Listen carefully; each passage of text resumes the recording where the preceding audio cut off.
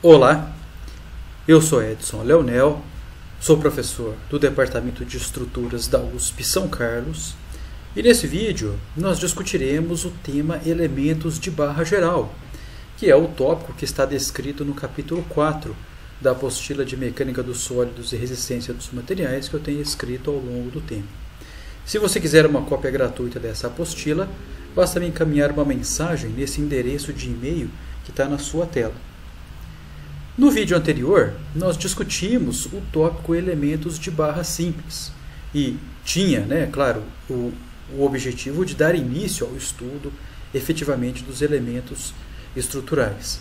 Nós escolhemos o elemento de barra simples para essa tarefa, para cumprir esse objetivo, pelo fato desse elemento estrutural ser, como o próprio nome diz, o elemento estrutural mais simples possível.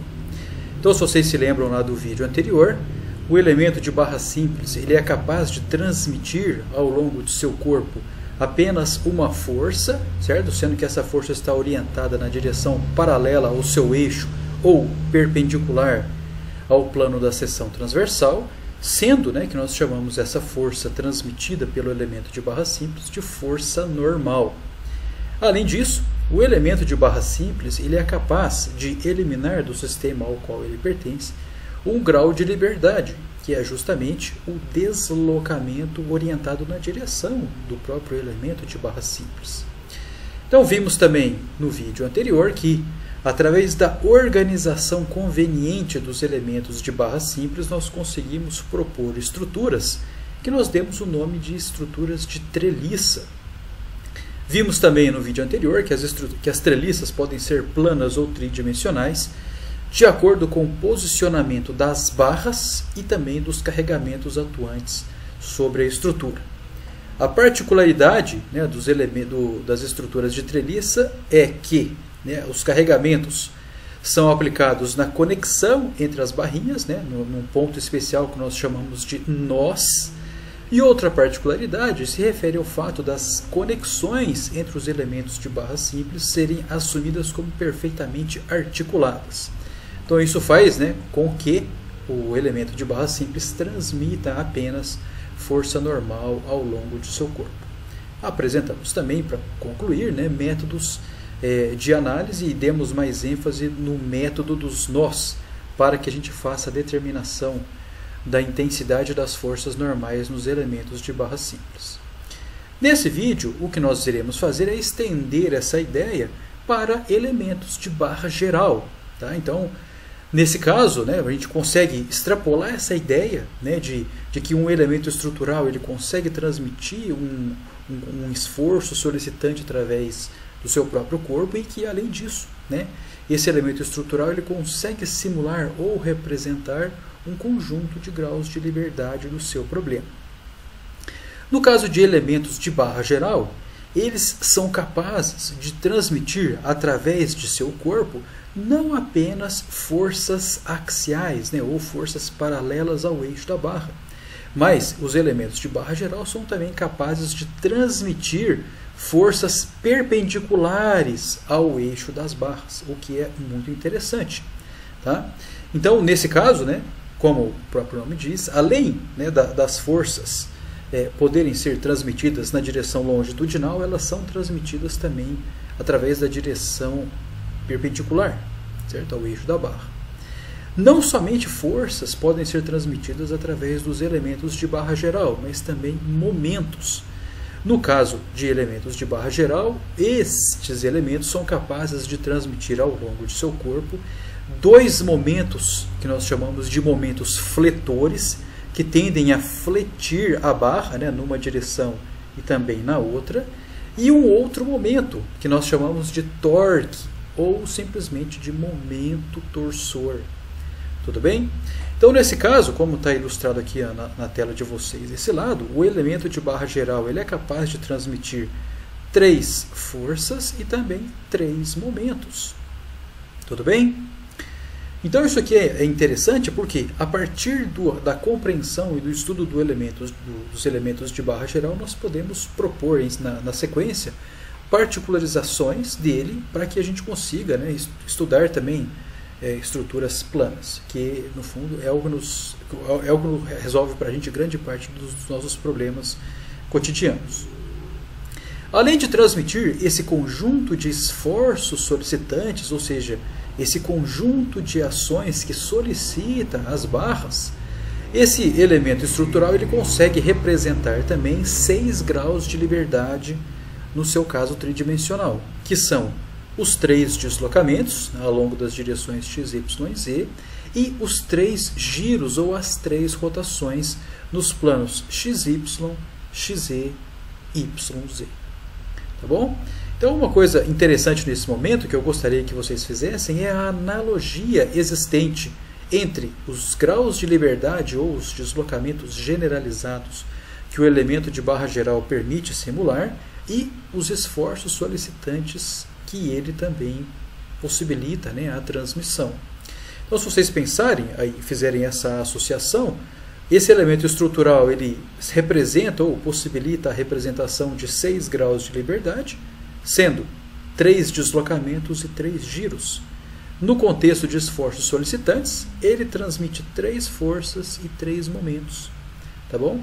Então, essa associação de deslocamento com força e de giro com momento vai acompanhar a gente na descrição de todos os elementos estruturais. Tá bom? Então, da mesma forma com que no elemento de barra simples, aquele elemento transmitia apenas forças axiais e o deslocamento que ele representava era justamente o deslocamento, né, ao longo da direção longitudinal, aqui também temos essa associação de representação de 3 deslocamentos para 3 forças e 3 momentos com 3 giros. Tudo bem?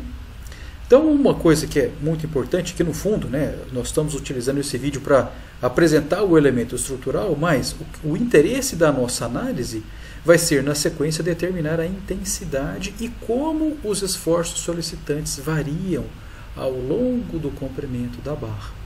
Tudo bem? Então, isso aí é de extrema importância, porque, como o próprio nome diz, eu nem mencionei isso, mas o elemento ele é de barra. Então, ou seja, ele tem uma de suas dimensões muito maiores do que as dimensões da seção transversal, né? Então, o seu comprimento é bem maior. Então, esse elemento estrutural ele permite que a gente aplique sobre ele carregamentos perpendiculares ao eixo, paralelos ao eixo, sejam esses carregamentos forças ou momentos. E o que nos interessa saber na sequência é como que esses carregamentos se transformam ou como eles se traduzem em esforços solicitantes e depois como esses esforços solicitantes variam ao longo do comprimento da barra. Tá certo? Então, a maneira com a qual os esforços solicitantes variam ao longo do comprimento da barra, eles serão traduzidos através do que nós iremos chamar de diagramas de esforços solicitantes, e são através destes diagramas que nós identificamos pontos especiais da estrutura que estão solicitados a maiores quantidades, né? Ou seja, quais são os pontos da estrutura que possuem as maiores solicitações. E são a partir destes pontos que nós escolhemos qual é o material adequado para suportar aquele nível de carregamento e quais são também as dimensões da estrutura, as dimensões da seção transversal, o formato, inclusive, da seção transversal para que a estrutura consiga suportar e transmitir com segurança e confiabilidade e em condições econômicas os carregamentos sobre ela aplicados. Tudo bem? Então, no fundo, estes esforços solicitantes, né, sejam eles momentos ou forças, eles nada mais são do que a maneira com a qual a estrutura transmite os carregamentos sobre ela aplicados. Tudo bem? Então, a estrutura vai estar submetida a um conjunto de carregamentos e estes carregamentos serão diluídos ou transformados ao longo do corpo da estrutura em diagramas ou em esforços solicitantes, e através dos diagramas de esforços solicitantes nós iremos identificar pontos de maiores e menores solicitações.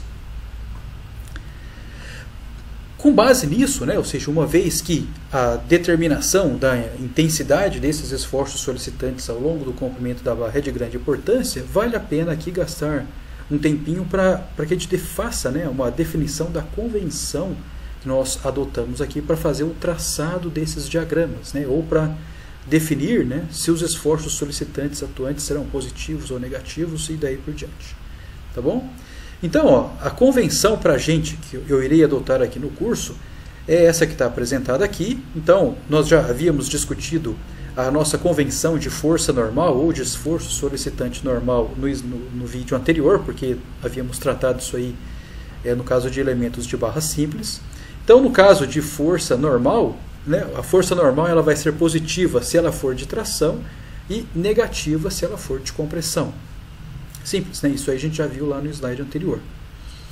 Agora, no caso de forças perpendiculares ao eixo, nós damos o nome para essa força, né, de força cortante, tá? Porque o efeito dela na estrutura é de justamente impor um corte, tá? Ao longo do elemento de barra geral. Então, por isso ele recebe esse nome de força cortante, né? Justamente pelo fato do seu efeito tender a cortar a barra.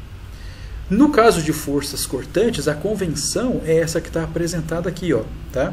Se a força cortante atuante no extremo da barra ou na seção transversal que você quer analisar, se ela tender a fazer a barra girar no sentido horário, isso para a gente vai representar uma força cortante positiva.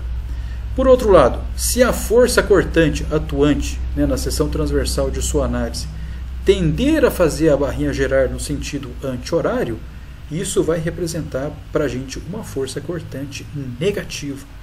Tudo bem? Então, nesse caso aqui, a gente consegue ver claramente, né, que essa força cortante aqui, ó, tende, né, na seção analisada é essa, ela tende a fazer a barrinha girar no sentido horário. O mesmo vale para esse caso aqui, né, já que a seção analisada é essa, então ela tende a fazer a barrinha girar no sentido horário. E para o lado de cá é o contrário, né? Tende a fazer a barrinha girar no sentido anti-horário. Tá certo? Depois, com relação a momentos fletores, nós iremos traçar aqui ao longo do curso os diagramas de esforços solicitantes. Tudo bem? Então, nesse caso, nós iremos traçar a variação do momento fletor na porção tracionada da seção transversal.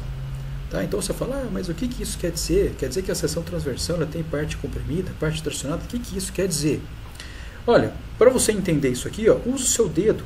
Tá? Ó, posicione o seu dedo da maneira como eu estou mostrando aqui. Tá?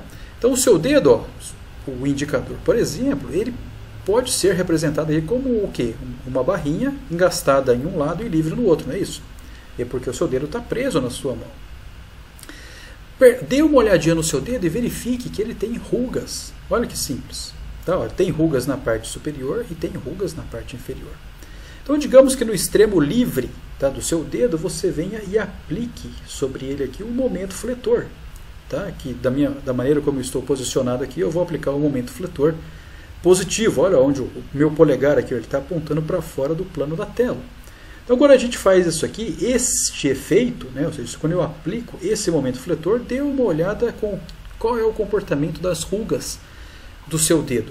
Você vai perceber que quando você faz impõe sobre o seu dedo essa ação, você vai perceber que na porção superior do seu dedo as rugas se aproximaram, enquanto que na porção inferior do seu dedo as rugas da sua pele elas se afastaram. Então, o que isso quer dizer? Olha, então quer dizer que na parte de cima do seu dedo, se houve uma aproximação das rugas, quer dizer que havia uma compressão, não é isso? Enquanto que na parte de baixo, se as rugas se afastaram, quer dizer que houve ali um estiramento ou uma tração. Tá bom? Então, os momentos fletores, eles causam na barra esse efeito, né, de provocar em uma porção da seção transversal um efeito compressivo e na porção complementar dele um efeito trativo ou de alongamento. O que nós vamos fazer aqui é que as variações dos momentos fletores nós iremos traçar na porção tracionada da barra. Tá? Então, nesse caso que eu ilustrei para vocês aqui, eu traçaria, né, a variação do momento aqui embaixo. Né? Então, imaginando que a linha do meu dedo aqui represente a barrinha, eu traçaria a variação dele na porção inferior, embaixo aqui, ó, da barrinha. Tá certo? Então você fala, mas por que você está adotando essa convenção complicada? Porque daí eu vou ter que enxergar na barra qual é a porção que está tracionada, qual é a porção que está comprimida. Tá? A resposta para isso é bem simples.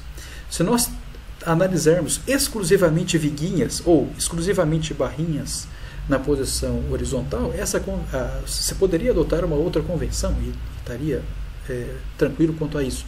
No entanto, se nós formos analisar barras, né, ou estruturas cujas barras estejam posicionadas em diferentes orientações, aí essa convenção que eu estou apresentando aqui, ela é uma convenção mais robusta, ou seja, serve tanto para o caso de estruturas com barras posicionadas em posições complexas, quanto para o caso simplinho, de uma única barrinha. Tá certo? Então, isso aqui com certeza vai ficar mais claro quando a gente for resolver exercícios. Tá? E eu vou chamar de novo a atenção para a convenção de sinal que eu estou adotando e vou chamar a atenção para vocês, né, sobre qual porção da barra está tracionada, se a força cortante está girando no sentido horário ou anti-horário, tá? Para que isso fique mais claro. Então, nesse momento é importante que vocês tenham em mente que a convenção adotada ela tem essas particularidades. Por fim, né, a convenção de sinal aqui para a gente, para torque, ou momento de torção, ou momento torsor, ela é muito semelhante à adotada para forças normais. Então, ó, se o vetor torque, né, ou o vetor momento de torção, se ele estiver apontando, né, para fora da seção transversal, isso aqui para a gente é a nossa convenção de momento de torção positivo. E caso contrário, né, se o vetor momento de torção estiver apontando para dentro, né, do plano da seção transversal, isso aqui vai indicar para a gente um torque negativo. Tá bom? Enfatizando de novo, né, que nesse momento é importante que vocês tenham uma noção, né, sobre a convenção de sinais que nós estamos adotando, mas, né, que a aplicação dela vai ficar mais clara quando a gente for fazer exemplos e depois quando vocês forem praticar nos exercícios propostos e também nos exercícios resolvidos. Os elementos de barra geral, quando eles são acoplados de forma conveniente, eles podem dar origem ao que está mostrado aí na tela de vocês, aos pórticos. Tá? Então, esse é a estrutura, né, formada pelo acoplamento conveniente de elementos de barra geral. Nós damos o nome de pórtico, como é esse caso aqui. Ó. Então, nós temos do lado direito um caso de pórtico tridimensional ou pórtico espacial, pelo fato, né, das barras estarem posicionadas de maneira essencialmente tridimensional. Tá bom? No entanto, a partir, né, do pórtico tridimensional, que no fundo ele é uma representação ou utilização bastante fiel, né, ao elemento de barra geral em sua essência, né, uma vez que o pórtico tridimensional, ilustrado nessa figura, ele requer, né, a representação de 3 deslocamentos e também de 3 giros. Então eu posso, a partir dessa representação geral, obter representações particulares, né, ou simplificações que permitem que eu descreva adequadamente um conjunto grande de estruturas sem a perda sensível de representatividade do fenômeno. Tá bom? Então eu poderia, por exemplo, particularizar o caso de elementos de barra geral, que em sua essência ou em sua descrição plena permite a análise e representação de pórticos tridimensionais. Eu poderia particularizar esse cara e obter também, ou representar, um pórtico plano. Tá?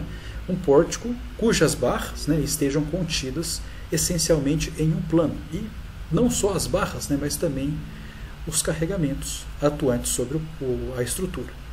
No caso de pórticos planos, né, qual é a simplificação que vem? Né? Ou seja, o que eu elimino da representação geral para obter um pórtico plano? É simples, né?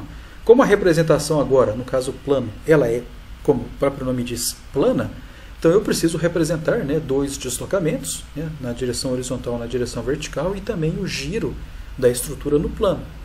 Consequentemente, né, então se eu preciso, nessa descrição plana, de apenas a representação de 3 graus de liberdade, surgirão nessa estrutura também apenas 3 esforços solicitantes. Né? Então, se eu tenho 2 deslocamentos e um giro, surgirão na representação plana 2 forças e um momento associado. Né? E lembrem lá daquela associação, né, de grau de liberdade com esforço solicitante. Nesse caso de pórtico plano, né, surgirão a força normal, uma força normal, uma força cortante e também um momento fletor. Tá certo? Então, ou seja, temos, né, aqui, conforme ilustrado nesse slide, né, a representação tridimensional plena e a utilização plena do elemento de barra geral, e já ilustramos aqui uma particularização dele, ou uma simplificação possível do elemento de barra geral para a representação de um conjunto grande, né, de estruturas que são os pórticos planos. Mas, né, ó, não só pórticos planos, eles nascem da simplificação da descrição proporcionada pelo elemento de barra geral, mas também as grelhas, né, são também um conjunto, né, organizado de elementos de barra geral e que proporciona, né, a representação de um conjunto interessante de estruturas no nosso cotidiano. No caso das grelhas, né, as grelhas são formadas, né, por um arranjo organizado de elementos de barra geral. No entanto, no caso das grelhas, os carregamentos eles atuam exclusivamente perpendiculares ao plano da grelha. Tá? Então, as cargas distribuídas no caso particular. Tá certo? Além disso, né, ó, nesse tipo de estrutura, também apenas 3 graus de liberdade são representados e, consequentemente, 3 esforços solicitantes estarão presentes. No caso das grelhas, né, ó, os graus de liberdade a serem representados são o deslocamento perpendicular ao plano formado pelas barras da grelha e também os giros da estrutura ao longo, né, do plano formado, né, pela grelha. Tá certo? Então nós teremos aí nesse caso, né, se eu tenho a representação de 3 graus de liberdade, conforme já mencionei, teremos 3 esforços solicitantes a serem mensurados.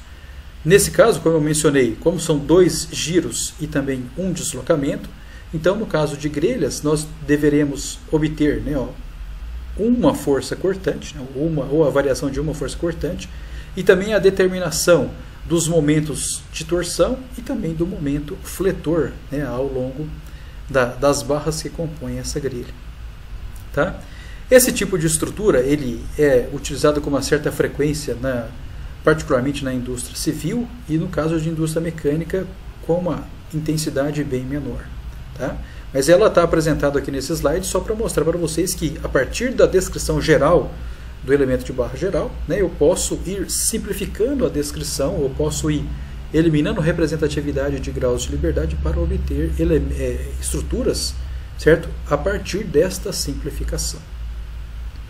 Por fim, né, nós temos a representação mais simples possível do elemento de barra geral, que são as barrinhas isoladas, que são vigas e pilares, basicamente.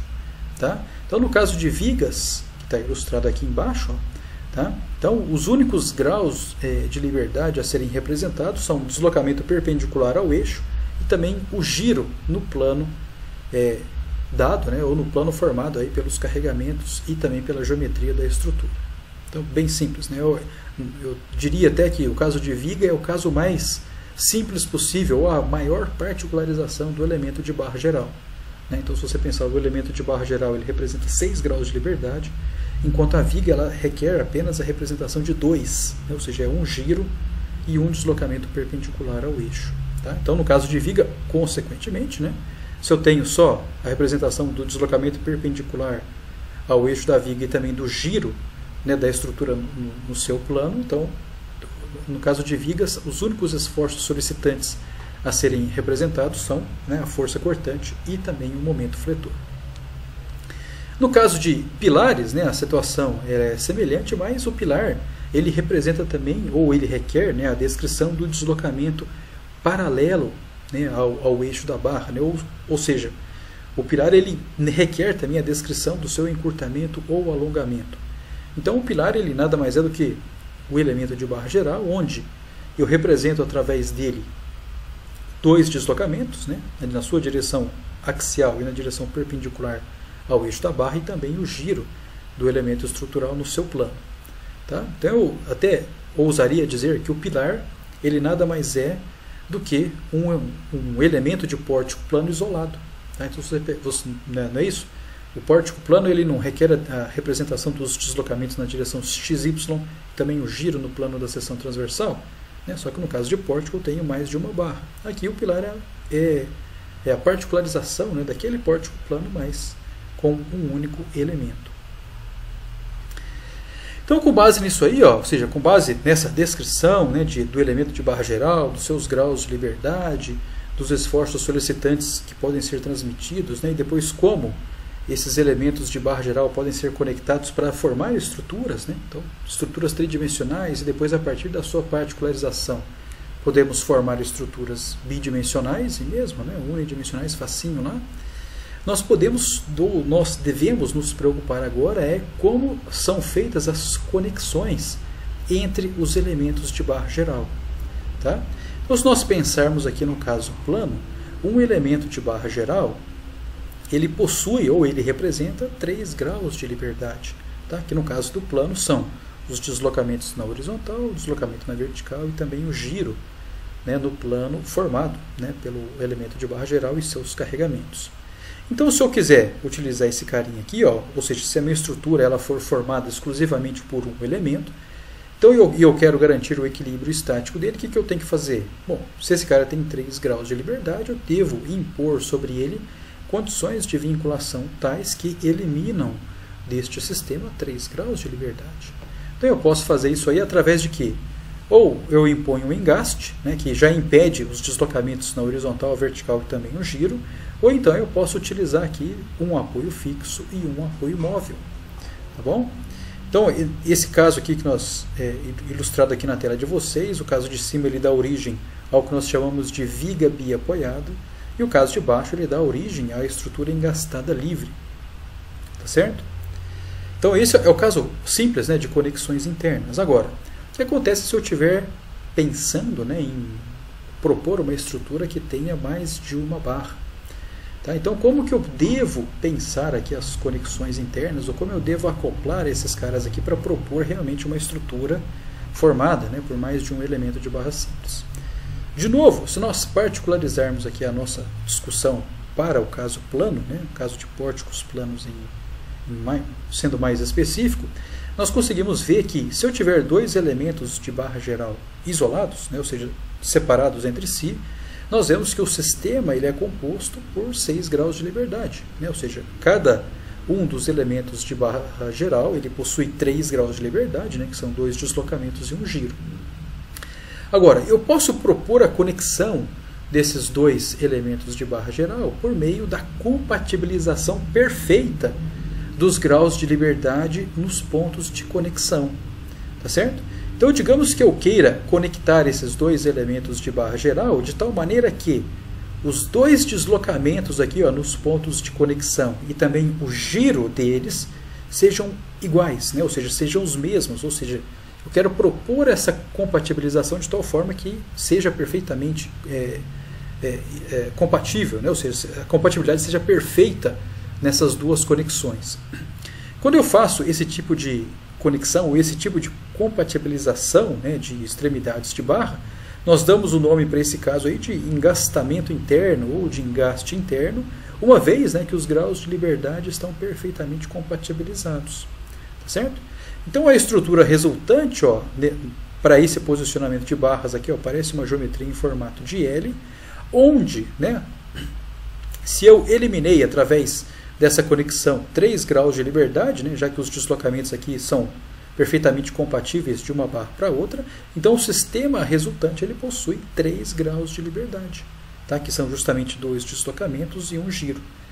Tá? Então, como que eu faço aqui para eliminar, né, esse deslocamento de corpo rígido da estrutura, né, para que a estrutura não saia andando sozinha aí? Bom, a gente pode aplicar, como está ilustrado aqui na figura, né, ó, um apoio fixo e um apoio móvel, que removem da estrutura aqui, ó, 2 deslocamentos nesse ponto e um deslocamento nesse ponto, ou poderia propor também um engaste, tá? De tal maneira que eu removo da estrutura esses 3 deslocamentos, ou esses 3 graus de liberdade possíveis. Então aqui temos, né, ó, ilustrado aqui no canto inferior do slide, um exemplo, né, de um pórtico plano no qual a compatibilidade é perfeita aqui, ó, na conexão, né, da barra vertical com a barra horizontal. Então esse caso aqui, apesar de todas as estruturas serem essencialmente tridimensionais, esse cara aqui poderia ser analisado e dimensionado considerando uma representação plana, tá? Porque os carregamentos atuantes sobre ele serão essencialmente contidos, né, no plano, e também a estrutura ela é plana, certo? Mas tem um outro tipo de conexão interna que eu gostaria de chamar a atenção de vocês aqui, ó, que é a conexão através de articulação, ou que nós chamamos também de rótula. Tá? Então, através desse tipo de conexão, as extremidades da barra que serão conectadas, nós iremos efetuar a compatibilidade exclusivamente dos deslocamentos. Tá? Então, através dessa conexão via rótula ou via articulação, nós iremos compatibilizar aqui exclusivamente os deslocamentos. Tá? Então, os deslocamentos na direção horizontal e vertical do ponto aqui a ser conectado serão iguais. Né? Então, a compatibilidade será perfeita apenas para os deslocamentos. No entanto, essas barras elas poderão girar, tá? De forma diferente. Tá? Então, o que isso quer dizer? Que se as barras elas podem girar ali nesse ponto, então vocês já se lembram dos vídeos anteriores, né? Toda vez que um deslocamento é permitido, o que acontece com o esforço associado? Né? Ele é nulo. Tá? Lembra daquela piadinha que eu falei para vocês lá do adolescente e o pai que queriam sair de casa lá no fim de semana? Então lembra-se disso. Toda vez que um deslocamento é permitido, você não tem uma reação associada. Tá? Então, nesse caso, né, essa articulação aqui, ó, via rótula, o que acontece é que nesse ponto aqui as barras elas podem girar livremente, apesar de obrigatoriamente se deslocarem de maneira igual. O fato de nós termos uma rótula faz com que o momento fletor nesse ponto seja nulo. Tá certo? Tranquilo até aí? Então, ó, se o sistema geral, composto aqui, ó, por dois elementos de barra geral, eles possuem 6 graus de liberdade, né? Então eu tenho 3 no primeiro elemento e 3 no segundo elemento, formados, né, pelos deslocamentos em x, y e também pelo giro no plano. Se eu acoplo exclusivamente os deslocamentos das duas barras nesse ponto, então eu estou removendo do sistema 2 graus de liberdade. Tá? Então eu fico no sistema resultante com 4, né, graus de liberdade, que são, nessa situação aqui, os deslocamentos x, y do conjunto e também o giro dele, e também o deslocamento diferencial das duas barrinhas. Tá certo? Então, se nesse sistema eu tenho 4 graus de liberdade, como que eu faço para removê-los, né, para que a estrutura não se desloque rigidamente? Bom, eu devo impor sobre o sistema deslocamentos tais, tá, que removam, certo? Ou vinculações suficientes de tal maneira que eu impeça, né, esses 4 graus de liberdade. Então, para isso, o que nós devemos fazer? Ou eu posso impor no sistema 2 apoios do tipo fixo, como está mostrado aqui. Né? Então, assim, cada pontinho que eu estou removendo 2 deslocamentos, então eu removo 4 graus de liberdade, então o sistema está resolvido. Né? Ou então eu poderia aplicar sobre ele também um engaste e um apoio móvel, também conseguiria remover através dessa combinação também 4 graus de liberdade. Tá certo? Mas aí você fala para mim, olha, Edson, entendi até aqui, mas essa estrutura aqui ela tem um aspecto interessante. Ó. Você está dizendo que você impôs aqui, ó, um apoio fixo num lado, um apoio fixo no outro. Entendi. Mas esses apoios fixos, eles introduzem no nosso sistema 4 reações de apoio. Né? Eu tenho 2 forças reativas nesse pontinho aqui, 2 forças reativas aqui, e, além disso, eu tenho somente 3 equações de equilíbrio. Então, esse sistema aí eu não consigo resolver. Isso vocês poderiam estar se perguntando aí. No entanto, quando isso acontece, nós temos uma condição aqui, ó, importante associada, que se refere à rótula. Tá? Então, a rótula, ela, como eu já mencionei anteriormente, se o giro ali é permitido, o momento lá é 0. Tá bom? Então, ou seja, você tem uma condição, ou seja, a rótula, ela, obviamente, ela introduz um grau de liberdade extra na nossa análise. No entanto, pelo fato, né, dela permitir o giro diferencial aqui e ela introduzir um grau de liberdade, ela introduz também uma condição de compatibilidade extra, que se refere ao fato do momento aqui ser 0. Tá bom? Então eu costumo brincar, né, nos cursos aqui que a rótula é que nem a sua arma do videogame. Tá? Então, se vocês gostam aí de videogames, aí, em especial jogos de perseguição e luta, o que acontece lá nesses joguinhos? Né? Você vai andando num dado corredor e do nada aparece uma arma perdida no corredor. Aí o que você faz? Cara, pega essa arma que com certeza lá na frente vai ter um monstro que você vai precisar dessa arma para matar, não é isso?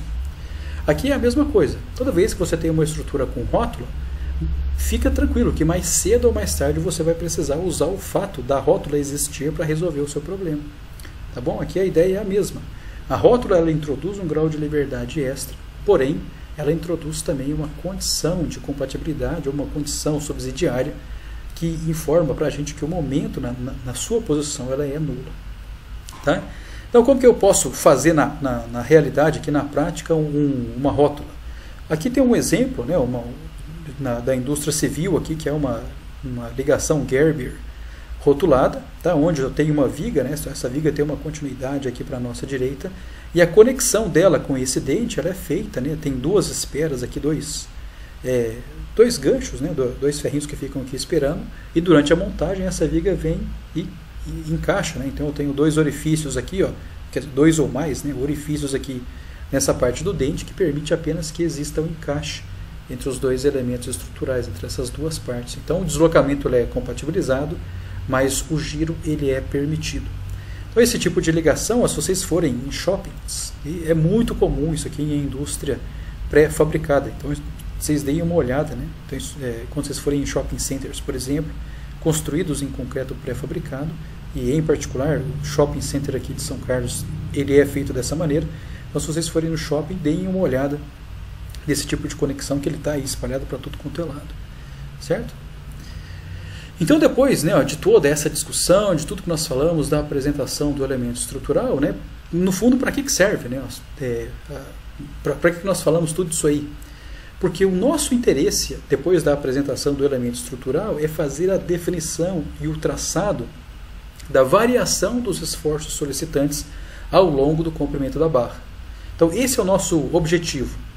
Então eu preciso, né, analisar, né, como que a força axial varia ao longo do comprimento da barra, como que a força cortante varia ao longo do comprimento da barra, como que o momento fletor varia ao longo do comprimento da barra, e a partir dessas variações eu construo um diagrama mesmo, né, uma figurinha, um desenho, onde eu consiga fazer essa representação. E a partir dessa representação a gente consegue identificar os pontos de máxima solicitação. Tá? Então você fala, eu poderia fazer isso aí através de equações? Sim, poderia fazer, mas vocês vão ver, né, que demora demais fazer isso aí. E toda vez que você tem pontos de descontinuidade na sua análise, como é o caso aqui, ó, dessa ilustração, toda vez que você tem um pontinho, uma força concentrada aqui, ó, ou uma carga que não vai ao longo de todo o comprimento da estrutura, ela é interrompida aqui, isso são pontos de descontinuidade, você tem que ficar criando equações para cada trecho. Tá?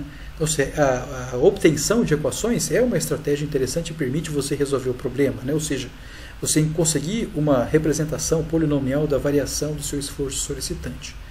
No entanto, como já falei, isso aqui demora muito, não é eficiente. Tá? No próximo vídeo nós vamos tratar, tá, de uma maneira extremamente eficiente e fácil de você traçar esses diagramas. Lembrando que eu sempre digo que a linguagem gráfica ela é a linguagem do engenheiro. Tá? Você pode ter um conjunto de equações, mas se você conseguir traduzir aquelas equações em desenhos, fica muito mais fácil de você enxergar, né, qual ponto você tem as máximas solicitações, quais são os pontos específicos da estrutura que você deve tomar maior cuidado. Tá bom? Então, no fundo, esse vídeo de hoje serviu para apresentar o elemento estrutural, as suas particularidades, quais são os esforços solicitantes que ele transmite também, né? Quais são as particularizações possíveis do elemento de barra geral, né? Então, do pórtico 3D eu posso sair para um pórtico plano, depois eu posso sair também para uma grelha, para uma viga, para uma coluna, mas que, né, o objetivo da nossa análise, o objetivo de estar apresentando tudo isso aqui é que eu quero obter uma representação gráfica da variação desses esforços ao longo do comprimento da estrutura. Tá? Então eu gostaria de pedir, para a gente encerrar esse vídeo aqui, queria pedir que vocês lessem, né, esse capítulo lá na apostila para vocês fixarem os conceitos. E no próximo vídeo, tá, eu vou apresentar uma estratégia extremamente eficiente, né, e inteligente, inclusive, para você fazer o traçado dos diagramas de esforços solicitantes, tá, que é muito tranquilo. Então, aguardo vocês no próximo vídeo. Muito obrigado. Grande abraço.